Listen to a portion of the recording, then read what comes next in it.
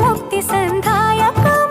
రామనామమే అమృతం, శ్రీరామ కీర్తనం సుకృతం. ఈ రామచంద్రుడే లోకరక్షయని అంతరాత్మ పలికే. జగదానందకారక జయ జానకి ప్రాణనాయక, శుభ స్వాగతం ప్రియ పరిపాలక.